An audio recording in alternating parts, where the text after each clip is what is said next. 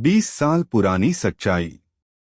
उसी गांव में पैदा हुई थी राधिका, जो अब एक जानी मानी पत्रकार बन चुकी थी। जब उसे अपने गांव की इन रहस्यमयी मौतों की खबर मिली, वह तुरंत धनकोट लौट आई। बचपन की यादों के साथ साथ उसे शिवा और रंभा की कहानी भी याद थी।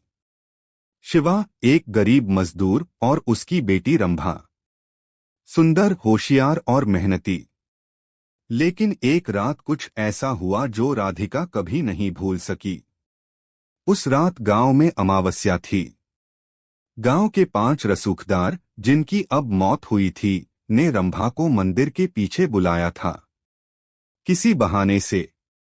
फिर जो हुआ वो रंभा के जीवन की सबसे बड़ी त्रासदी थी। उसके साथ बर्बरता हुई थी।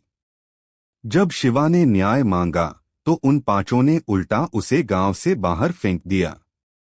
कहा, तुम्हारी बेटी तो खुद ही चरित्रहीन थी, पंचायत में चुप्पी थी, न्याय मर चुका था। कुछ ही दिन बाद जंगल में शिवा और रंभा की फांसी से लटकी लाशें मिली। गांव वालों ने कहा, इज्जत बचाने के लिए खुदकुशी की होगी।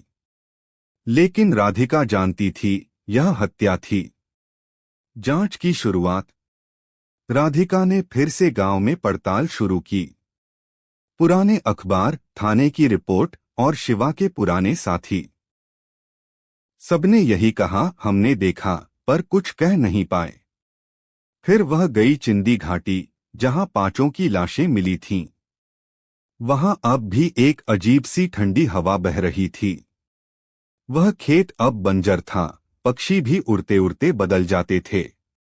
कुछ ग्रामीणों का मानना था कि रात में वहां एक लड़की की चीखें सुनाई देती हैं, कि लाशें मिली थीं। वहां अब भी एक अजीब सी ठंडी हवा बह रही थी। वह खेत अब बंजर था, पक्षी भी उड़ते उड़ते बदल जाते थे। कुछ ग्रामीणों का मानना था कि रात में वहां एक लड़की की चीखें सुनाई देती हैं,